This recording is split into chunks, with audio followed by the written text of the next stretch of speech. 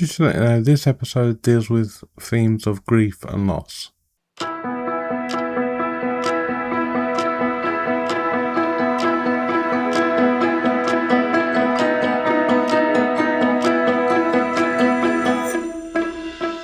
to Filmability. My name is Joel Fisher and I'm the author of Filmability, A History of Disability in Cinema, which you can find on Amazon in Kindle and paperback. Welcome if this is your first time listening, and welcome back if you've listened before. Remember, you can find me wherever you get podcasts, so don't forget to like, share, subscribe, comment and all that good stuff. This week's film is A Quiet Place, a horror film from 2018 about a family trying to survive in a post-alien invasion world where any sound could put them in danger. A Quiet Place is directed by John Krasinski. He also stars as Lee alongside his wife Emily Blunt, who also plays his wife, Evelyn, in the film. The screenplay is co-written by John Krasinski as well as Brian Woods and Scott Beck. Contrary to popular belief, this is not John Krasinski's feature film directorial debut. He directed a comedy a couple of years previously called The Hollers, and his actual directorial debut was called Brief Interviews with Hideous Men, which he also co-wrote. He has since gone on to direct A Quiet Place 2, If, and A Quiet Place 3 is on the way. Brian Woods and Scott Beck have previously written screenplays for films such as Nightlight and The Bride Who Wore Blood. Since then, they've gone on to write screenplays for 65 with Adam Driver, The Boogeyman with Sophie Thatcher, and Heretic with Hugh Grant, Chloe East, and again, Sophie Thatcher. And they also directed those movies themselves. As usual, I would suggest you watch A Quiet Place before continuing this podcast, because I will be spoiling everything. You can find A Quiet Place on Amazon Prime and Paramount Plus if you have a subscription, or you can rent or buy it on digital or physical form everywhere else. So without further ado, let's go on with the film.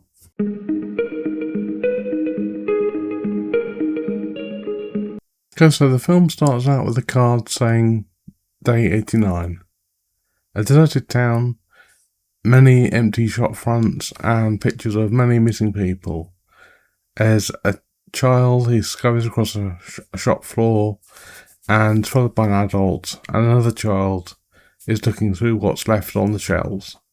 Their mother's going through pill bottles until she finds the right one, and she gives her son a pill and helping him to wash it down with a water bottle. And her daughter is watching. She signs to her daughter that she's okay, and the boy signs the word rocket. And his sister says that that's very good, and the boy says that that's how they'll get away. And on the floor he's drawn a rocket.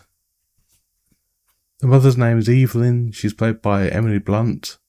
The older son is called Marcus, and he's played by Noah Jupe. And the daughter's name is Regan, and she's played by Millicent Simmons. The youngest son reaches up for a toy space shuttle on the shelf, and it makes a noise as it falls to the floor. Regan sees what he did, and she looks worried. Although, because they are all signing, Regan is the one that is deaf, and she cannot hear what he did, but she saw it, and she's worried that the noise was too much. His dad then comes along and puts the toy shuttle in his backpack. He says he's putting some things for the radio to enhance the signal. Evelyn says that it'll be getting dark soon, and Dad notices that there are batteries in the shuttle, and he carefully takes them out, putting them on the countertop. He then signs to the little boy that they have to be very careful not to make noise, and he leaves the shop. But Regan then gives him the shuttle with the batteries, and they will leave. The dad's name is Lee, and he's played by John Krasinski. They walk back home and along a railroad track. They get to a large metal bridge, and the little boy takes out the shuttle and starts making electronic noises. The family all turn except his sister, who can't hear, and they run to him, and there's a noise in the bushes, and the little boy gets taken by an alien that has invaded the Earth. And then we get the title card, A Quiet Place. In some soil, Regan is lying there, feeling it between her fingers, and she sits up, and she's in a field, and Evelyn comes closer and she gives Regan a basket and they go back inside.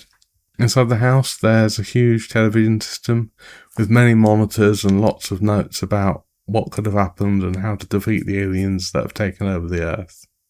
He uses Morse code to send out an SOS and notes off the frequency, which has had no response. Outside, Marcus has an electric car and he's feeling better now and pretending to drive although the car doesn't work. He gets out as Lee arrives and he pats him on the shoulder and they go inside. Marcus then goes inside and we see Evelyn is pregnant and she's setting up a crib and a mobile hanging above it. Outside, Lee's on the metal roof of a silo as he looks through a box of all the things that reminded him of the son that he lost. Inside, Evelyn is putting an oxygen mask into the crib and lays it on some teddy bears. She puts a wooden lid on top of the crib as well, as Marcus and Regan paint the walls inside. Outside, Lee is burning the things that he had in the box, which reminded him of his son. A sort of ritual, maybe to mark the passing of his child, and as a way to make peace with what happened.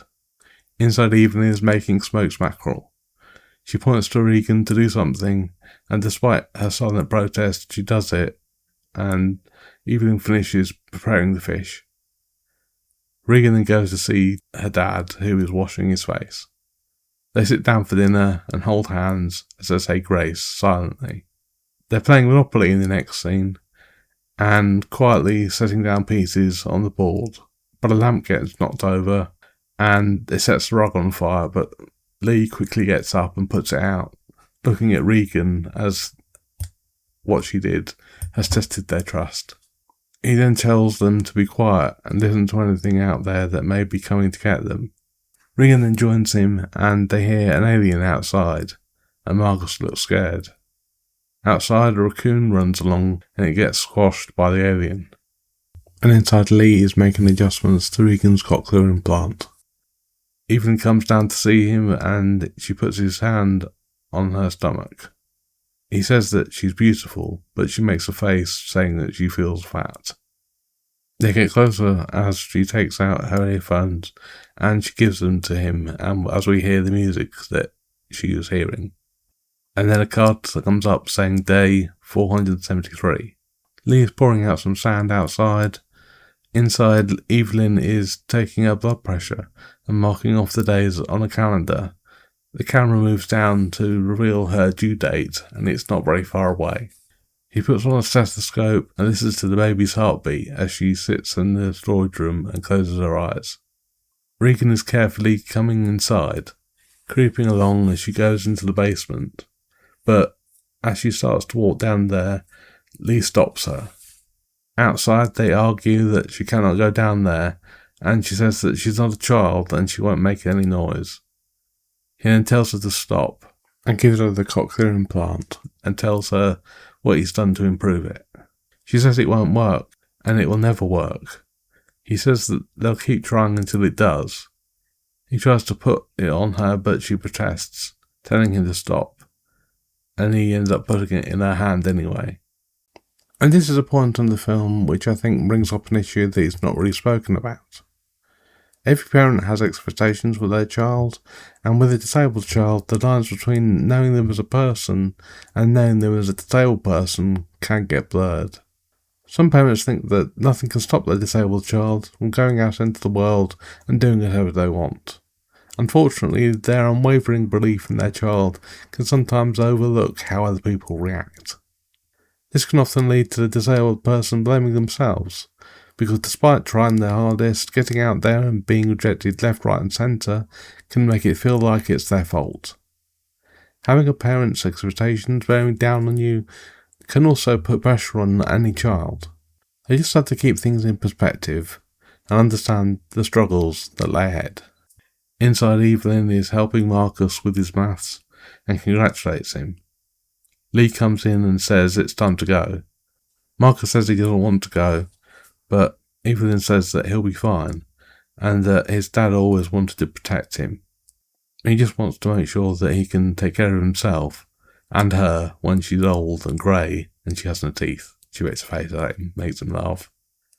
Outside, Marcus keeps protesting, and Regan says that she'll go instead because she thinks that she's being shunned by her dad in favour of her brother because he doesn't trust her. But Lee doesn't want her to go anyway. Regan then walks off, and Lee tells Evelyn that he'll take her next time. Inside, Regan sits on the bed, and she puts on the cochlear implant, turning it on. She clicks her fingers, but can't hear anything, and she starts to cry. She packs up her bag and opens a drawer, taking something out, and she puts it in the bag. And this scene is perhaps the best scene in the film. It shows how Regan has been grieving for her brother, stressing under the pressure, thinking that her dad blames her for the death, and thinking that she's not good enough. This can happen a lot with parents who have disabled children, and although they may want the best for their child and treat them no differently, in some ways there may be moments where they think that their disabled child is not good enough. This is not always a conscious thought. It can be expressed through a turn of phrase or an action, and the parent may not even know that they were doing it, and this could lead to internalised ableism. It could lead Regan to think that her disability makes her less of a person, something that needs to be fixed or overcome. A disabled person could also spend a lot of time coming to terms with their disability and not blaming themselves when the rest of the world treats them differently. Take myself, for example. I learned some years ago that people with spina bifida are more prone to having a learning disability when it comes to maths. I did struggle with maths through school, and only through a conversation with my dad did I realise that my parents knew about it and didn't tell me. They thought I would overcome it, which I didn't, and their reasoning was that they didn't think it would lead to any harm, and perhaps that knowing I had a learning disability may have held me back and even made me not want to try as hard.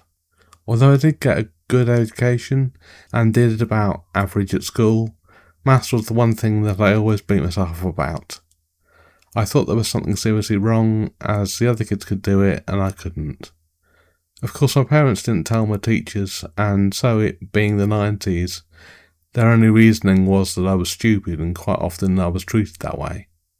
Maths was something I hated, and I do sometimes wonder what could have happened if it had been different, and if they had let me know what was going on with me. Outside of the lab, grabbing Brooke, Lee and Marcus are there, and Lee catches a fish and brings it to Marcus, but it flops out of his hand. Marcus is scared that the aliens will hear them, but Lee says that the loud noises of the river makes it safe for smaller sounds because it will drown it out, which might be a plot point that is going to come through later.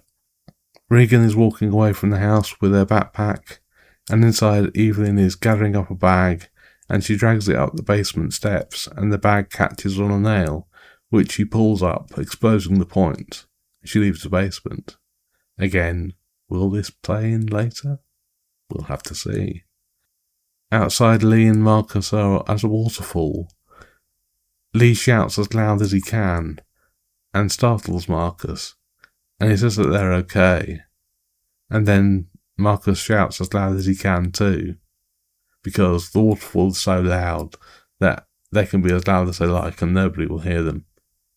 Back at the house, Evelyn is hanging up the washing, and she goes back inside to have a look around. She's looking for Regan. Regan is then on a path going away from home, and then Marcus asks Lee why he didn't want Regan to come, and he asks if he blames her for what happened. We then see Regan come to the bridge where her brother was taken, and there's a cross marking where he was last seen alive.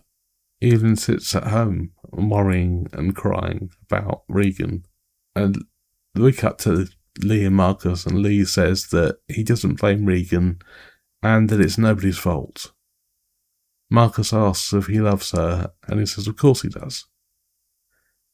Regan is then seen putting the shuttle toy down by the cross, and the camera pans to the picture of her little brother. And Marcus says to Lee that he should tell her that he loves her. Lee and Marcus are walking home, and Marcus is stopped in his tracks as an old man stands by the side of the road. We see his wife as lying dead in a ditch, and after a second Lee can see what the old man is about to do, and it's a very tense moment because the old man is going to make a very loud noise and he shouts out in anger and emotion. It's everything he's lost all at once, but it's also going to alert the nearest alien. Lee and Marcus run as the alien kills the old man, and Lee makes sure that Marcus doesn't make a sound. Inside, Evelyn's water breaks. She heads down the stairs and sits on the bottom, breathing slowly. She heads down to the basement and steps on the nail in her bare feet. And she is trying to calm herself, making sure not to scream in pain, as you'd imagine anybody would in that situation. It's the worst thing that can happen.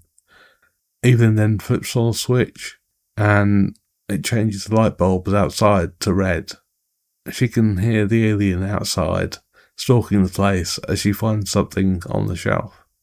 Outside, Lee has seen the red light bulbs because he knows that it's a sign of an emergency, and he heads inside. Inside, Evelyn can hear the alien getting closer, and she holds her hand to her mouth. And the alien hears a timer go off outside, and it runs away. Outside, Lee tells Marcus that he needs to make a noise that will distract the alien and help Evelyn. And inside, Evelyn's got into a bathtub, and blood's coming out of her, and she gets ready to give birth. Outside, Marcus lights a lighter, and inside the light flickers, and Evelyn hears fireworks outside. And this is the point where, as we were told, there's a louder noise, so she can make a noise and it won't bring the alien to her. So she screams as loud as she can because she's in a lot of pain because she's giving birth. Fireworks then keep going off outside as Lee comes into the house with a shotgun. He goes up the stairs to the bathroom and finds the pool of blood, expecting the worst. But Evelyn then puts her bloody hand on the shower wall and basically jump scares the audience, but it ensures Lee that she's fine. Outside, Marcus is going through the field and it's gone quiet. He hears rustling and starts to run as the alien gets closer and he falls. Lee is inside and carrying Evelyn and their newborn baby down to the basement as the baby cries loudly. Lee goes into a hole in the basement under the floor and covers it with a mattress. He then puts the oxygen mask on the baby, and it seems that the oxygen was used to calm the baby and make it sleep, make it rest. Regan is outside and there's an alien right behind her. He gets closer, and then her cochlear implant buzzes, and it causes pain to her ear because she can hear it suddenly, and it also does something to the alien because it runs away. This is the point of the film which I think I am the most mixed. On the one hand, the filmmakers cast an actual deaf person and gave her a character and a reason to be in the film. On the other hand, the cochlear implant becomes a McGuffin, and as I mentioned earlier, I believe that Regan sees the cochlear implant as an extension of herself, and therefore a symbol of what she can't do. The fact that the cochlear implant is the one thing that wards off the aliens also makes Regan's existence important, and therefore the film could not work without her. So the question is Regan the McGuffin, or is it the cochlear implant? Evelyn then dreams of her youngest being taken away, and she wakes up with a start to be met by Lee. She asks where their kids are, and he says that he'll go and find them. Evelyn says Regan would have found a place because she's smart, and Lee tells her that they have another son now. She worries that she doesn't know who they are if they're not parents and they can't protect them, and she says that he has to do it. Outside, Regan finds a gun, and also Marcus. They hug, and inside Lee comes out of the bunker under the house. Outside, the kids are making a fire on the roof of the silo, as Lee was before, and inside Lee is looking at all the monitors, trying to see where they could be.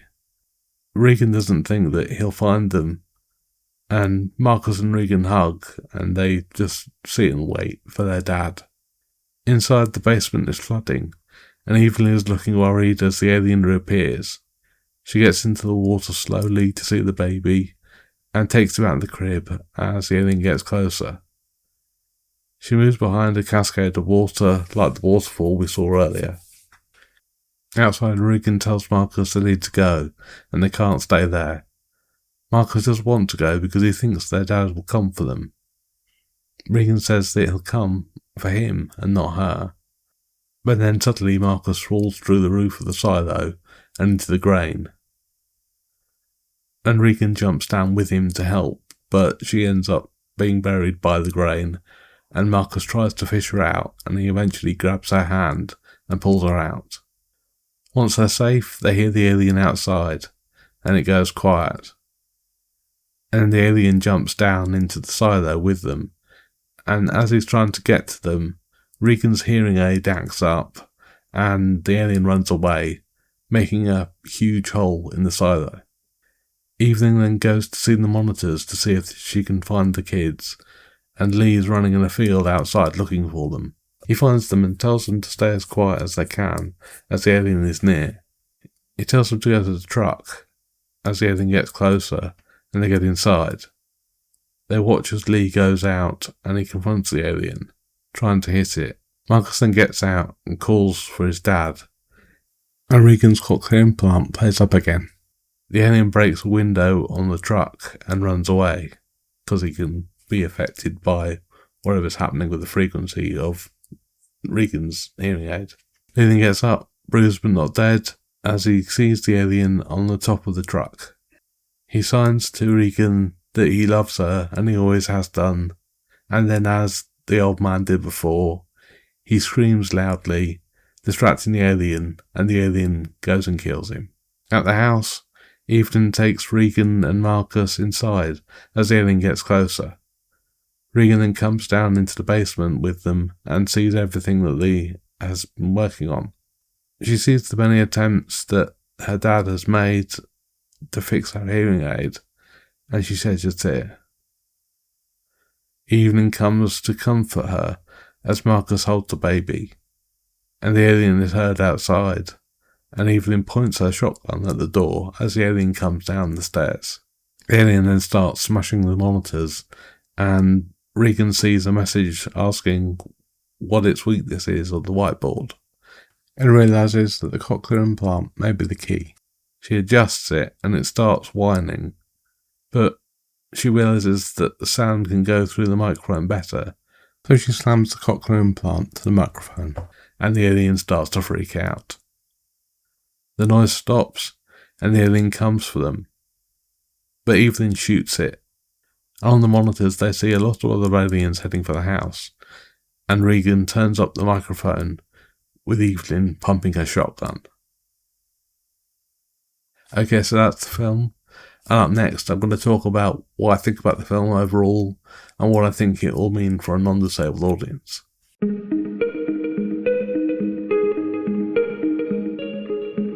A Quiet Place is a genre-changing horror which I'm sure will be influential for years to come.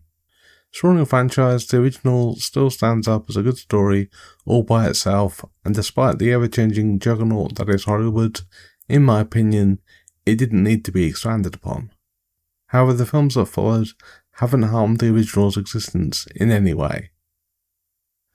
The use of sound in horror is something that most people don't think about, or at least they don't think about it outside of the prolonged periods of silence followed by a loud noise that so often is done in horror. So that's what makes A Quiet Place so unique. It makes the audience sit still and pay attention. It puts the audience in the character's world so that when a loud noise does happen, the jump scare has been earned. Perhaps being released at a turning point in cinema where studios were starting to realise that they could include disabled people instead of pretending they do, the authenticity added to the film shows how important sign language really is.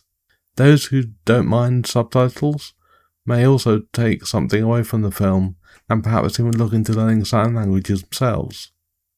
And considering the success of the film, it shows that there is an audience out there still willing to be scared, to read, and perhaps even learn something new. Okay, so up next, I was talking about trivia.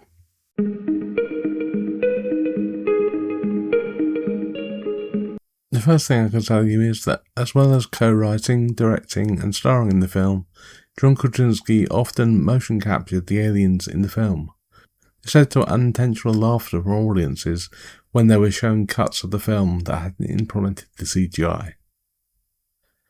Also, the look of the aliens wasn't fully decided until late in the production.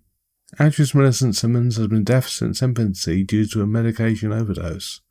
This was the second film she starred in, with Wonderstruck being her first, and I may even cover Wonderstruck at a later time. Brian Woods and Scott Beck's original screenplay contained only one line of voice dialogue. The final screenplay only contains about 25 lines of spoken dialogue, although sign language dialogue is used extensively. Amy Blunt did the bathtub scene in one take. According to John Krasinski, as soon as he had cut, Blunt left the character and asked the crew, "What's everyone having for lunch?" The filmmakers purchased 20 tons of corn and hired local farmers to grow it. In an interesting attention to detail in the opening scene, the aisles in the shop they enter are mostly empty, apart from the aisle which has crisps or potato chips as they are called in America. This is because nobody wanted them in case they were to make loud noises while eating them, attracting the aliens. The opening sequence was also the last to be shot because John Krasinski had to be nearly clean-shaven for it.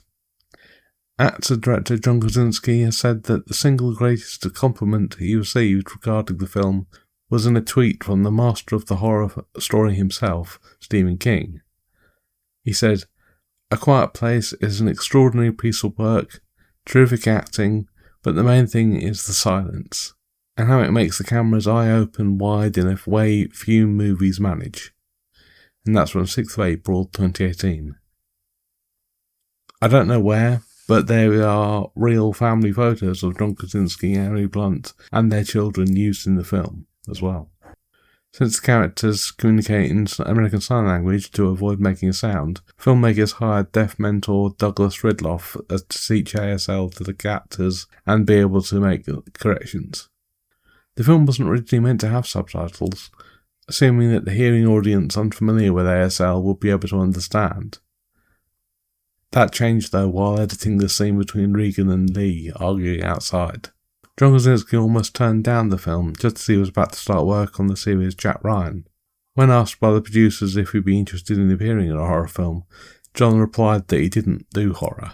But when he was presented with the premise about a family that can't make any noise and you have to just figure out why, he jumped on board straight away. The device that Regan wears is not a hearing aid, but a cochlear implant. This indicates that Regan has a sensorineural hearing loss, which means that her inner ear has sustained some sort of damage. The cochlear implant translates vibrations into the air into nerve impulses that the brain perceives as sound. During filming, the crew avoided making noise, so diegetic background sounds like the sound of rolling dice on a game board could be recorded. The sounds were amplified in post-production. John Krasinski has said that the film could work perfectly well without any sound whatsoever, and that's because he edited the first 2 cuts of the film without any sound. The film's premise about the need to maintain silence was compelling enough that many audiences at screenings grew unusually quiet themselves. As such, eating and making any noise in the auditorium was frowned upon by viewers. Consequently, concession stand sales, a major income stream for movie theatres, were limited for audiences of the film. And on a personal note, when I saw A Quiet Place in the cinema, somebody was eating a bag of crisps for the first 10 minutes, and I've never wanted to kill somebody so much in my life. Brian Woods and Scott Beck's screenplay was named one of the 10 best scripts of the year on Tracking Board's 2017 hit list, an annual list voted on by industry professionals. Although I talked about the characters by name in my synopsis, the film never mentions them by name. We only know that their last name is Abbott because it's on a mailbox outside of their home, and their first names are listed in the credits. Abbot also means the leader of a monastery where they would be self-sufficient, grow and make their own food themselves, and would often be barefooted so as to not make any sound. Many monks would also have a vow of silence, rarely communicating audibly, and pray in silence, as we see the Abbott family do in the film. The original script was written by Scott Beck and Brian Woods for Paramount, and then was submitted to John Krasinski, who co-wrote it and decided to direct it himself. The bridge featured in the movie is the Wallkill Valley Rail Trail Bridge in Newport, New York. John Krasinski said that he wrote the script with Emily Blunt in mind for the role, but was hesitant to ask her, fearing that she might either turn it down or accept it for him. Blunt mentioned in an interview that she had initially recommended a friend to Krasinski for the project. Krasinski had not hired this actress, and after reading and loving the screenplay, Blunt told her husband that she wanted to be involved with the film and play the role. In an interview with the website /film, screenwriters Scott Beck and Brian Woods revealed that A Quiet Place was still a part of the Cloverfield universe. Paramount Pictures wanted to integrate it as part of the franchise, which the screenwriters didn't want to do. But luckily, Paramount changed their minds and allowed A Quiet Place to be an original, standalone film, which is something of a rarity these days. Although this is the first time John Krasinski and Emily Blunt have starred alongside each other in a film, it is not their first film together. They were both in 2011's The Muppets, but they didn't share any scenes. Day 473 of the invasion is Wednesday, October 3rd. This means that the invasion started on Saturday, June 17th, which is about 2 weeks before July 4th, and this explains why the Abbott family have fireworks in their field. One of the taglines from the movie is "Red means run," which is also a song by Neil Young. Powderfinger includes the line "Red means run, son," and Neil Young's song "Harvest Moon" is the song that you hear on the headphones while Evelyn and Lee are dancing. The initial inspiration from Renaissance Simmons' deaf character came from an earlier character sketch in Scott Beck and Brian Wood's unfinished screenplay, which was The Piper, which was an adaptation of The Pied Piper of Hamelin. Before Emily Blunt showed interest in the film, Amy Adams and Anne Hathaway were briefly considered for the role of Evelyn. A Quiet Place is the fourth highest growing original horror film worldwide, after The Sixth Sense from 1999, Signs from 2002, and Sinners from 2025.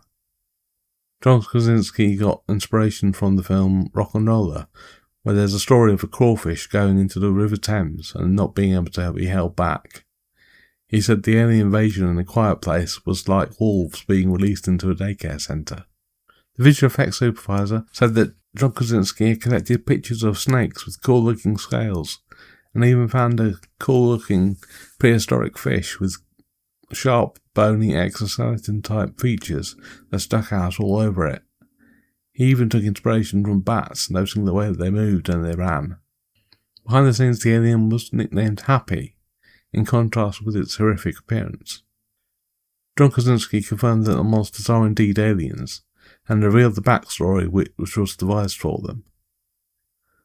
They were apex predators from their homeworld, which had no light, and thus the creatures never evolved to have eyes. When their homeworld was destroyed, their thick armour enabled them to survive on the asteroid chunks of it, including one of them that landed in the American Southwest. And this is referenced in the film by a newspaper Easter egg.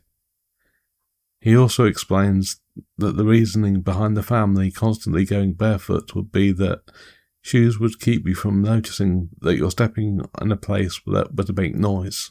And once they're gone, socks would have had to have been constantly cleaned, and there's so much messy use of time and energy elsewhere. And finally, for the alien sounds, the sound designers experimented with bats and dolphins, but found them too familiar.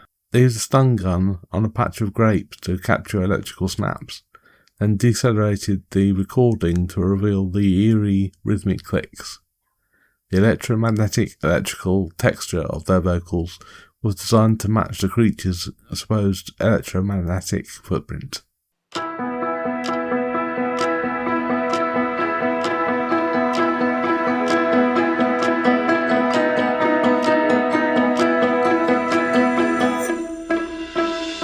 Okay, that's it for this week. Next week I'll be talking about The Men, a film from 1950 starring Marlon Brando about a soldier who returns from war having been injured and has to come to terms with using a wheelchair. If you'd like to contact me, you can do so via Bluesky at bluesky.com/film-ability. You can also email me at film-ability@outlook.com. And if you'd like to make a contribution to the things that I do here, you can find me at Patreon at patreon.com/film-ability. You can also find my book at Amazon on Kindle and paperback called Filmability, A History of Disability in Cinema. Thanks for listening, and I'll see you next time.